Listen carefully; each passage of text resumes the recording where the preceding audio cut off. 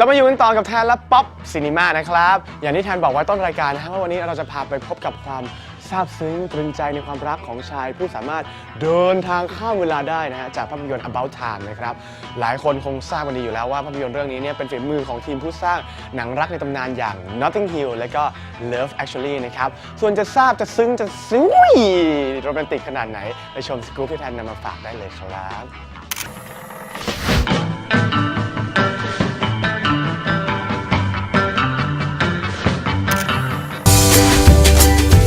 I always knew we were a fairly odd family. Be prepared for strangeness. Get ready for spooky time.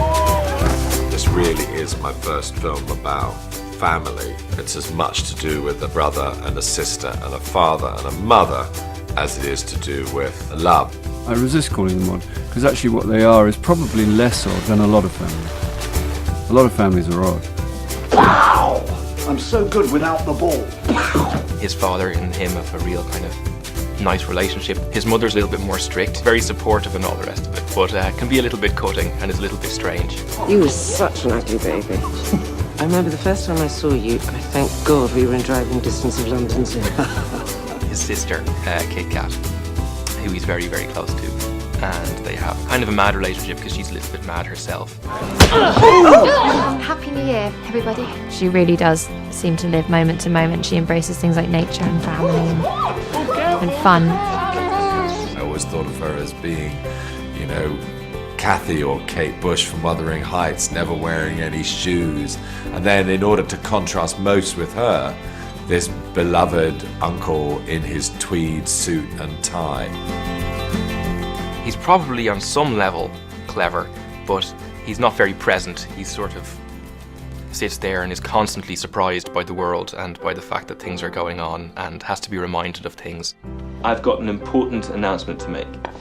We've decided, after a little bit of thought, to get married. That's wonderful news! Who are you getting married to? To Mary? Over there. Oh, thank God for that. Jolly embarrassing if it had been another girl, imagine that. You can definitely see how close they are. You know, that would translate into him wanting that for himself. One of the things we deliberately did when we were making the movie is get the family to be friends. So we had a couple of days where they just hung around together. He kind of became a little family unit for a while. There was a huge amount of warmth on set. Lindsay and Bill were these, you know, as the parents, are just these amazing people. Every day they're on set, people are just happy that they're there. Because if either of those two people smiles, everybody feels a little bit better, you know, that sort of way. You do end up writing about subjects that intrigue you, and I've lost both my parents since I made my last movie, and so that issue of the quality of time spent with your parents has been very much on my mind. So it seems as though this issue that's so important to me in real life sort of crept in and infused the movie. We're all travelling through time together. Every day of our lives, all we can do is do our best to relish this remarkable ride. Tim, my dear son, this is going to sound strange. The men in this family have always had the ability to travel in time. Wow. It is a comedy about love and time travel. And then sometimes when I'm feeling confident, I say it's about love, time travel, and the meaning of life. This is such a weird joke. It's not a joke. If it's true, which it isn't. Although it is. But if it was, which it's not. Which it is. How would I actually... You go into a dark place, clench your fists, think of the moment you're going to, and you'll find yourself there. When we first meet Tim, he's a young man, he's 21. His base level is pretty happy. Tim is very sort of normal chap going through life with just about the same level of confidence that most of us can muster. He is besieged by self-doubt, particularly in the world of women. Oh no! You have to use it for things that you really think will make your life the way you want it to be. Come on, really think about this. It would be just great if it could help me get a girlfriend. Wow. I'm Tim. Mary. That initial spark of what happens between them is so special, it's so natural. It was the perfect meeting. If you tried to make that more perfect, you would fail. When she meets Tim, she blossoms and she's so grateful to hit it off with someone. I hope I see you again. You will. Okay. The biggest thing that's ever happened to him is this person loving him back immediately.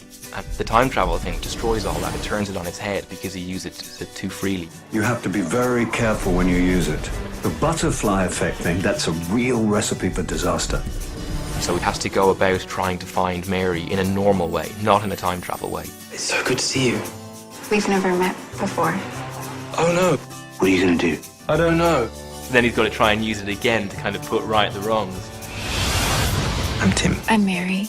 I love your eyes. Do you? I love the rest of your face too. I haven't even looked further down, but I'm sure it's all fantastic.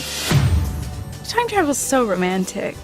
It pulls on that idealistic side of us and dreamer part of you. And somehow he gets into a lot of trouble still. Yeah. The wet wedding was my action sequence. It's my fight at the end of the Avengers. It's the closest I get. You're in the wet wave.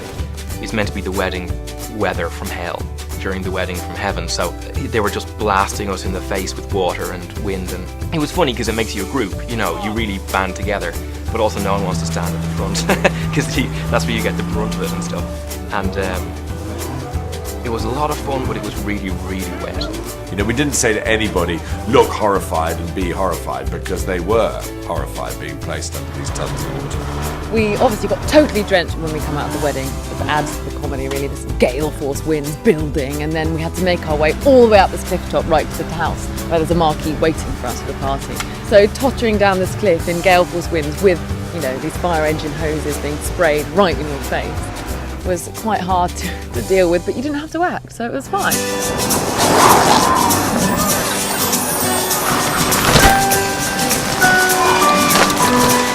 It was our action sequence, so we did work harder on it than we worked on most things, and particularly on huge things like the tent flying away. It took a lot of testing, and we had to make models of it, and the special effects company, Mark Holt, he did numerous tests of it where it tried out various sections of the tent in London. I think they spent most of their money making that tent fly away. I think that was where a lot of the budget went, because they didn't spend it on the time travel effects, so they just said for our big kind of sequence. Always react realistically to what happens to you. So if you don't get hit by a particular splash of water, don't pretend that you have been. They just put a big load of water in the middle of the top of it, like sagging, and then opened it and on top of a group of people. And I didn't get that, and neither did Rachel. We were really lucky, but Vanessa got it really badly. We had quite a lot of fun with the big split. Everybody just laughed and laughed so much, and then they all run into the house absolutely dripping. And so it becomes just a really good bonding event to then do the speeches and the rest of the wedding. So it was rather marvellous, actually. The truth of the matter is that if you blow a hell of a lot of wind at people, and if you pour a lot of water on them, they will tend to scream and laugh and cover their shirts if they become see-through. So just the actors lived with the real high possibility of pneumonia and terminal cold for a couple of days. And what happened in the movie happened to them, poor things. They had to go along a windy path and nearly die of rain and tornado. Thank you for all staying in character and remembering everything. That went wonderfully better than we could have expected. The father-son aspect of the movie has come as a sort of surprise to me. When people see the finished film, it seems almost to be the core of the film, because I thought I was writing a time travel film with a lot of romance in it, and it turns out that I've written a father-son film. Ah, Tim, come in. Do sit down. This is an odd moment for me, because I had the same moment with my father when I just turned 21, and after it, my life was never the same. So I approach it pretty nervously. The extraordinary thing about this family is that the male members of the family can travel through time. So you're saying that you and Grandad and his brothers could all travel back in time. Absolutely. Him and his father. They love each other. They have this incredibly close connection that evolves over the film because they're the only two people who know about this time travel thing. Dad, he always seemed to have time on his hands. After giving up teaching university students on his 50th birthday, he was eternally available for a leisurely chat or to let me win at table tennis. His father and him have a real kind of nice relationship and kind of talk about things and you know, very loving, very warm, but definitely a father-son thing. They're not like necessarily full friends just yet. There's still the father-son thing going on. Don't call too often. Your mother doesn't like to be disturbed. The sort of key moment in the movie is when it's suddenly revealed that the whole lifestyle of the dad, that what seemed like a casual way of being is in fact an enormously deliberate choice to live his life just in the texture of his family. I'm not particularly proud of many things in my life, but I am very proud to be the father of my son. My dad. My son.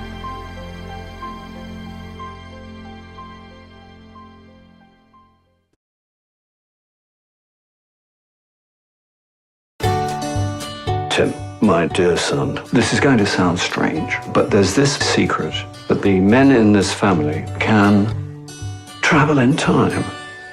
Wow. Tim, will you do my back? Oh no! Okay, stop. How would I actually Go into a dark place. Think of the moment you're going to, and you'll find yourself there. Tim, will you do my back? Oh, nice. It's my area.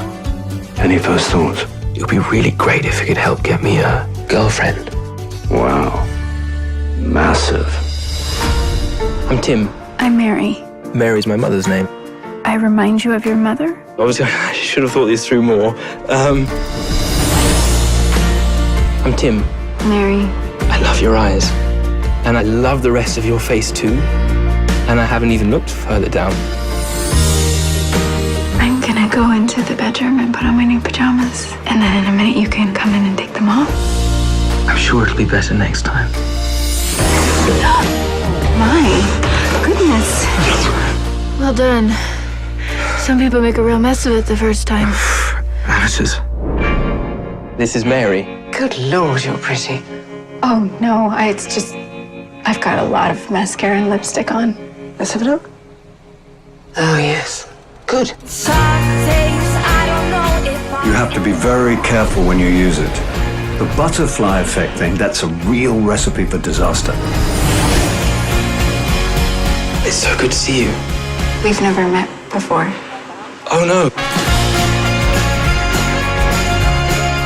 Every day up till yesterday is lost. Just like for everyone else. What are you going to do? I don't know. You have to use it for things that you really think will make your life the way you want it to be. My son. My dad. I hope I see you again. You will. My whole life depends on it. Although it's not as dramatic as it sounds. You can't kill Hitler or shag Helen of Troy, unfortunately. Have we had this conversation before?